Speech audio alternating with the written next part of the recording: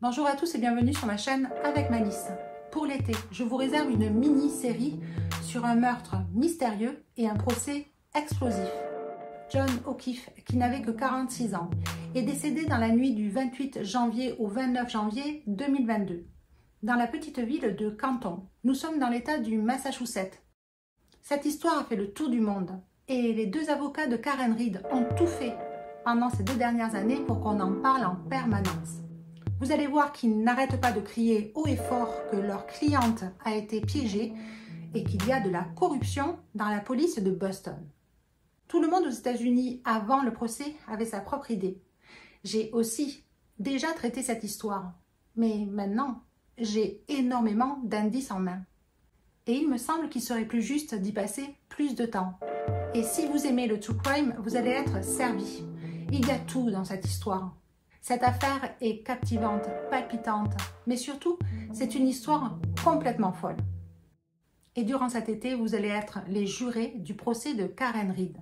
Il y a 3 questions qui s'offrent à vous. La première, John O'Keefe est-il décédé d'un accident de la route provoqué par Karen Read? La deuxième, John O'Keefe est-il mort après que Karen Read l'ait percuté avec sa voiture intentionnellement? Ou alors, a-t-il été battu pour être ensuite jeté sur le trottoir par ses collègues, les policiers de la ville de Boston? Bien sûr, je ferai tout pour vous raconter cette histoire sans aucun biais. Pendant la première partie, je raconterai juste les faits. Et ensuite, on se plongera dans le procès. Donc c'est parti. John O'Keefe est un officier de la ville de Boston depuis 16 ans. Mais depuis 10 ans, il travaille dans la ville de Canton. Il travaille pour l'unité des délinquants sexuels. Il s'est installé dans la ville de Canton en 2014. Il est venu pour une raison familiale très grave. Sa sœur, sa petite sœur, avait un cancer du cerveau. Et il est venu pour l'aider à elle et son mari à s'occuper de leur enfant, le neveu et la nièce qui s'appelle Kelly de John O'Keefe. Durant cette année-là, il s'est installé chez sa sœur. En fin 2014, sa sœur est décédée. Il est resté pour aider son mari et 1 mois après, le mari de sa sœur est mort d'un infarctus massif. Après ça, John O'Keefe a adopté son neveu et sa nièce et il habite toujours dans la maison de sa sœur. Au moment des faits, Kelly a 16 ans et son frère est beaucoup plus petit, on ne connaît pas son nom. Et dans la nuit du 28 janvier au 29 janvier, le jour de la tragédie, le petit frère de Kelly n'était pas à la maison. Il dormait chez des amis. Cette histoire a fait le tour de la ville de Canton. Il y a 10 000 habitants et tout le monde connaissait John O'Keefe. Tout le monde sait aussi qu'il a adopté son neveu et sa nièce. Pour la population, John O'Keefe est un homme bon. Il a le cœur sur la main, il est courageux. Et durant le procès, personne ne dira le contraire.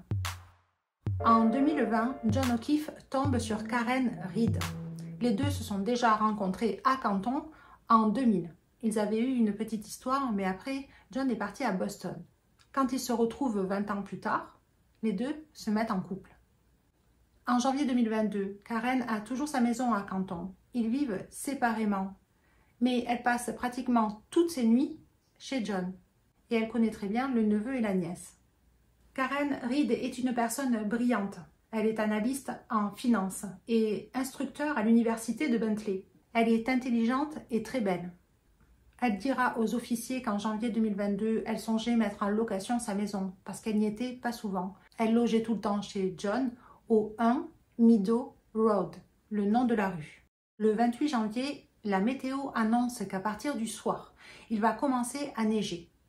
Et le 29, cela finira en tempête, en blizzard. Le 28 au soir, quand John rentre du travail, il sait qu'à la maison, il n'y a pas son neveu. Et sa nièce a l'âge de rester toute seule. Donc, tous les deux, avec Karen, ils partent manger dans un restaurant. Et puis ensuite, ils vont dans un bar, le Water Bar and Grill. Quand ils arrivent, il est à peu près 23 heures. Les deux ont beaucoup bu avant. Et on ne parlera pas de l'alcool au volant dans cette histoire. Pourtant, vous allez voir qu'il y a énormément de policiers, il y a énormément d'alcool et aussi de voitures. Et donc, quand ils arrivent à 23 h au Water Bar and Grill, Ils entrent et John, de suite, remarque accoudés à une table des amis à lui. Surtout, il remarque Jennifer McCabe. C'est une amie à lui, une grande amie. La fille de Jennifer McCabe s'appelle Ali et c'est la meilleure amie de Kelly, sa nièce. Donc depuis 2014, les deux n'arrêtent pas de se rencontrer et d'organiser des week-ends pour leur fille. Jennifer McCabe est venue à cette soirée avec son mari, Matt. Il y a aussi sa sœur à Jennifer, qui s'appelle Nicole Albert. Dans cette enquête, il y a beaucoup de noms, et c'est pour ça qu'elle est intéressante. Dès que vous allez plonger dans cette soirée, vous allez enfin pouvoir vous faire une idée. Donc John s'avance vers Jennifer. Karen, elle, pose son manteau au vestiaire. John n'a pas de manteau, il a juste un hoodie gris. Il ne s'est pas encombré de manteau parce qu'il sait qu'il va prendre la voiture jusqu'à un bar et puis du bar à la voiture. Quand il s'approche de la table, il dit bonjour à tout le monde d'un geste de la main. Mais quand même, il connaît tout le monde de vue. Comme je vous disais, Canton n'est pas une très grande ville. Mais en plus, Nicole, la sœur de Jennifer, est mariée à Brian Albert.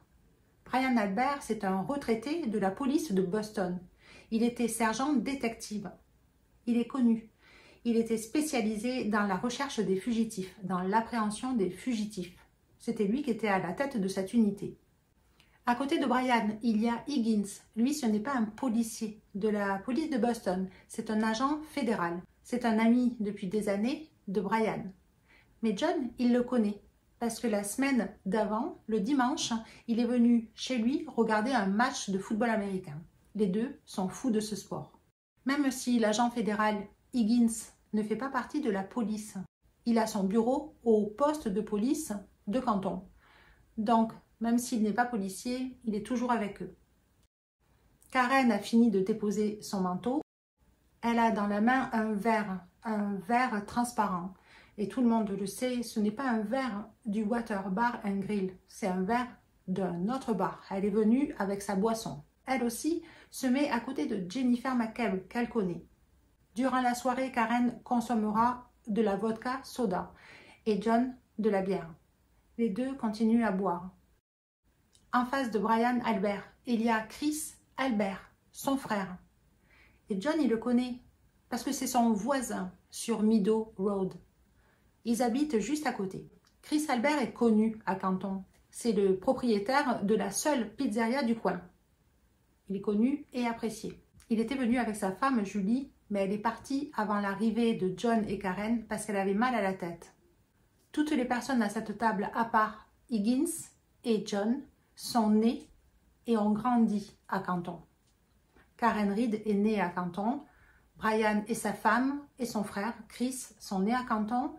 Jennifer McCabe, c'est pareil. Dû à la tempête de neige, le bar va fermer assez tôt, vers minuit. Et donc, quand les dernières notes de musique se font entendre, Nicole et Albert font le tour de la table pour dire au revoir à tout le monde.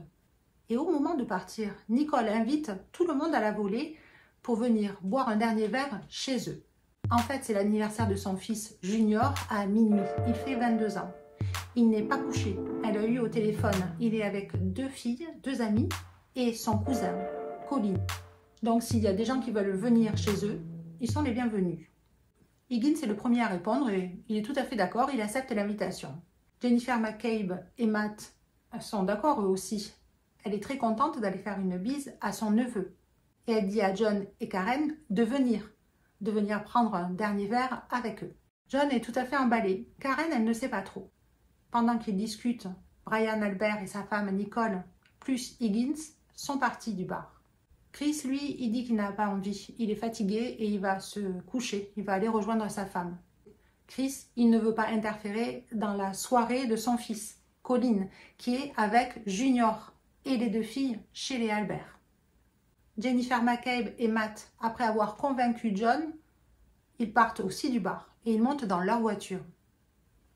John prend un dernier verre au comptoir et rejoint Karen qui est partie à la voiture. Il est minuit 11 quand on voit pour la dernière fois sur une vidéo John O'Keefe vivant. À minuit 18, lors du trajet, John texte Jennifer pour avoir l'adresse exacte. Il est à côté. entre le Water Bar and Grill et la maison des Albert au 34 Fairview Road. Il n'y a à peine que 5 minutes. Il a commencé à neiger, mais rien d'exceptionnel. Mais John ne connaît pas la maison, il n'y est jamais allé. Donc, il entre dans le GPS de la voiture l'adresse des Albert. Quand Jennifer McCabe arrive chez Brian Albert, la première chose qu'elle fait, c'est qu'elle va voir son neveu et elle lui fait une grosse bise. Il est dans la cuisine avec 2 filles, Juliana et Sarah. Elle ne voit pas Colin et Junior lui dit qu'il vient de partir. D'ailleurs, Juliana, qui est à côté de Junior, attend son frère qui doit passer pour venir la chercher, mais elle n'a pas trop envie de partir de la soirée. Après cette discussion, Jennifer regarde par la fenêtre pour voir si John et Karen arrivent. Et elle voit le SUV noir, la Lexus noire de Karen Reed. Nicole lui demande si elle veut boire quelque chose. Elle se retourne et elle se sert un verre. Quant à Karen et John, durant les 5-6 minutes de trajet, l'ambiance n'est plus du tout à la fête. Les deux se disputent. Karen n'a pas du tout envie d'aller à cette soirée. Elle ne connaît pas Brian Albert et en plus, elle a mal au ventre. Elle est fatiguée, elle veut aller se coucher. Mais John, lui, il veut continuer la soirée. Donc, quand elle arrive devant la maison des Albert, l'ambiance est plutôt fraîche, comme la température. John ouvre la portière côté passager et il sort. Elle dit qu'elle attend un petit peu parce que quand elle le dépose, elle voit que la maison est assez silencieuse. Il n'y a pas beaucoup de lumière aux fenêtres. Donc elle se demande si c'est la bonne adresse. Elle attend, elle regarde dans le rétroviseur, elle dit au policier qu'elle croit l'apercevoir en train de marcher vers l'entrée de la maison. Mais c'est difficile parce qu'il neige.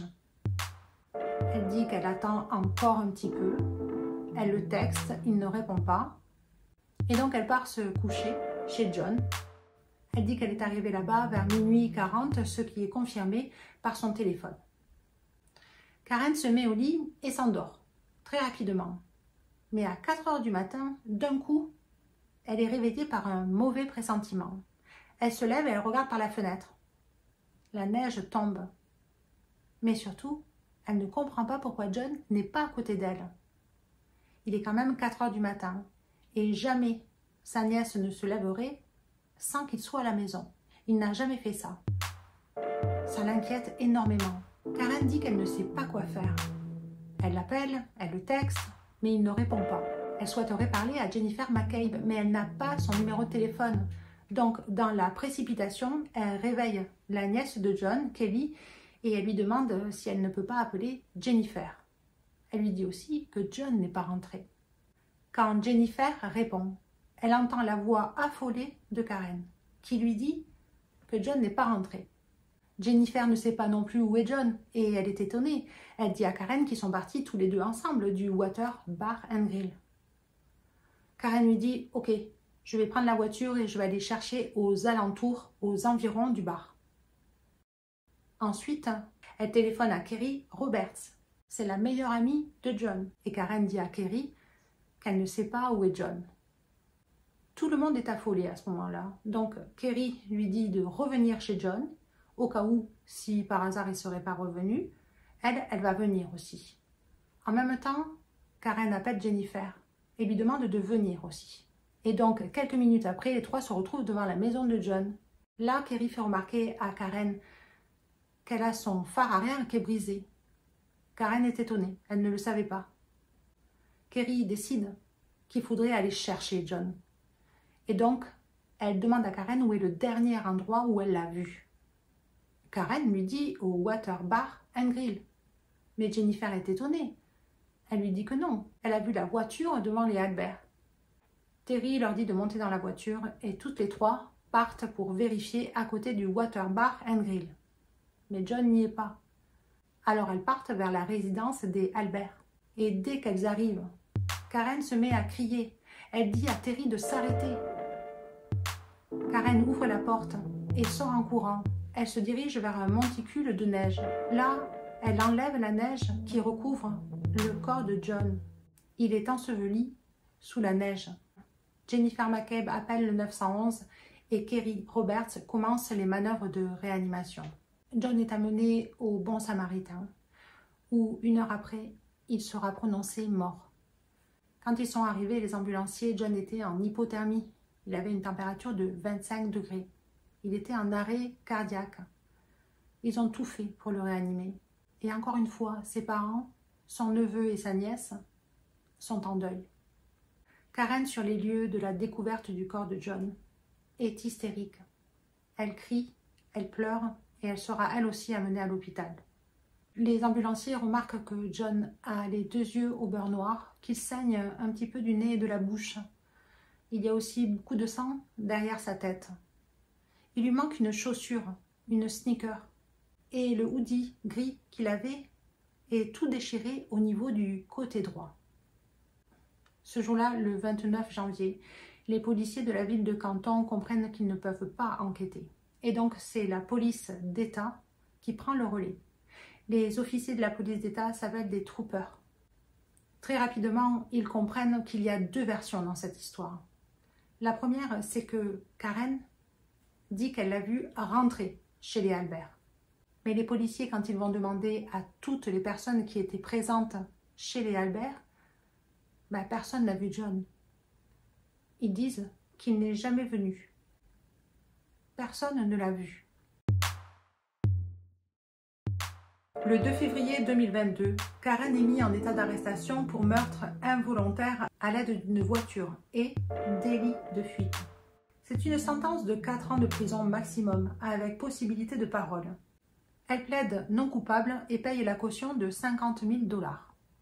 Mais en été 2022, les charges contre Karen changent.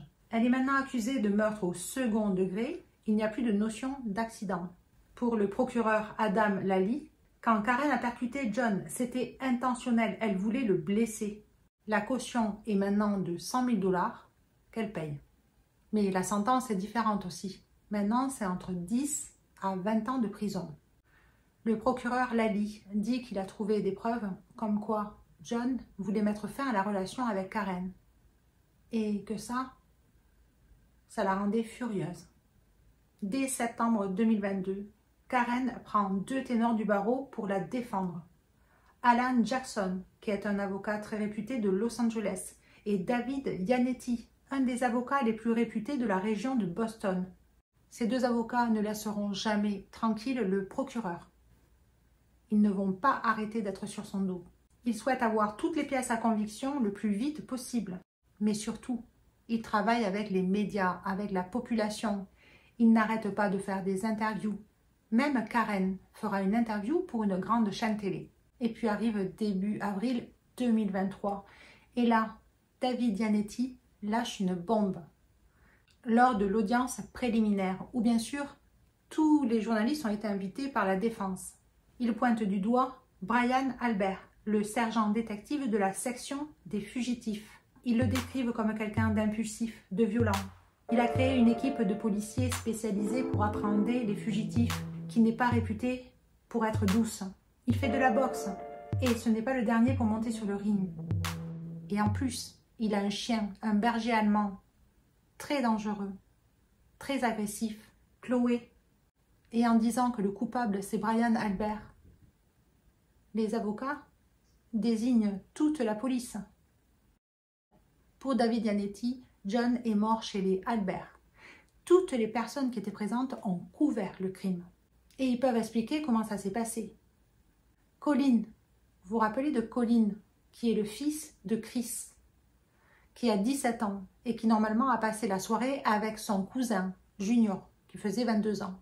Lui, apparemment, il déteste John à cause d'une histoire de voisinage. Colin s'est allié avec Brian Albert et Higgins.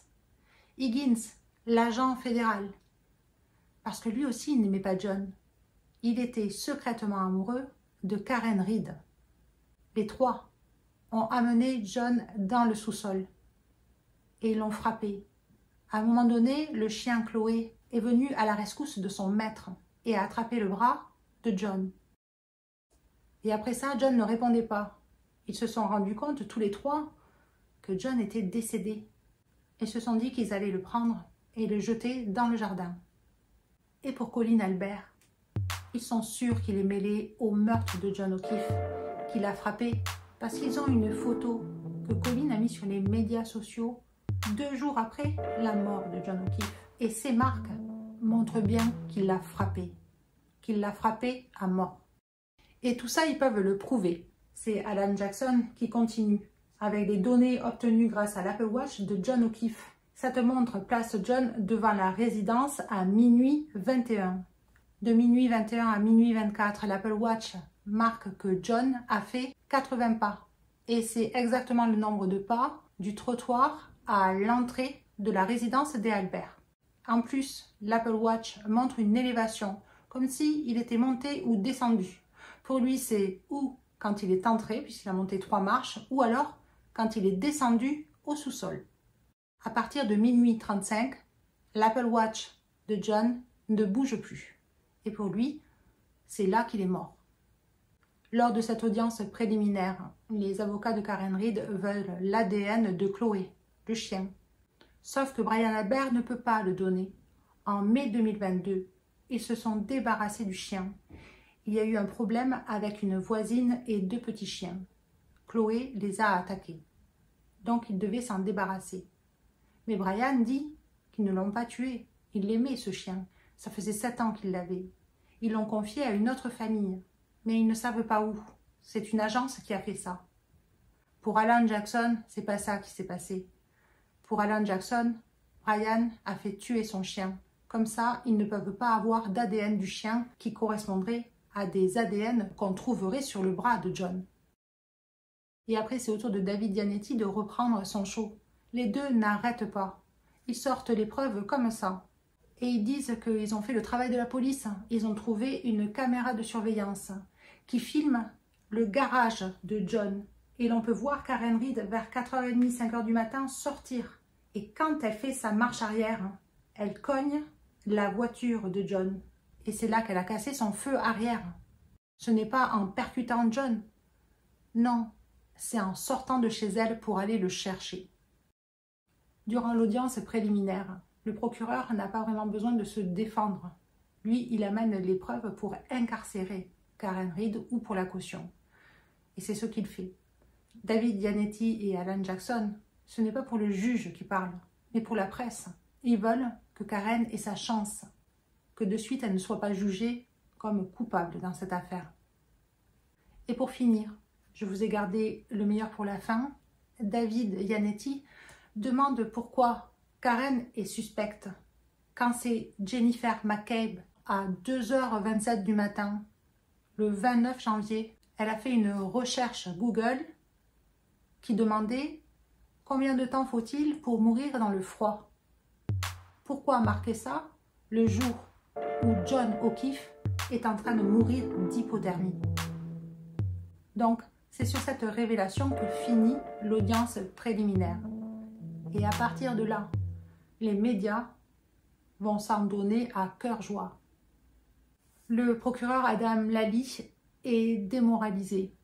Et il dit que ce n'est pas du tout comme ça qu'il faut lire les données téléphoniques, même les données de l'Apple Watch. Quant à l'implication de Brian Albert, Colleen Albert et Yins, il n'y a aucune preuve. Et c'est ce qu'on verra la prochaine fois. Est-ce qu'il y a des preuves contre ces 3 protagonistes? En attendant, n'oubliez pas donc de liker, de vous abonner et j'espère que vous avez aimé. Et j'espère aussi que vous aimerez ce nouveau format pour l'été uniquement. Mais cette affaire est captivante et je voulais y consacrer du temps. Mais comme je disais tout à l'heure, c'est beaucoup de travail. Donc, au revoir et à la semaine prochaine.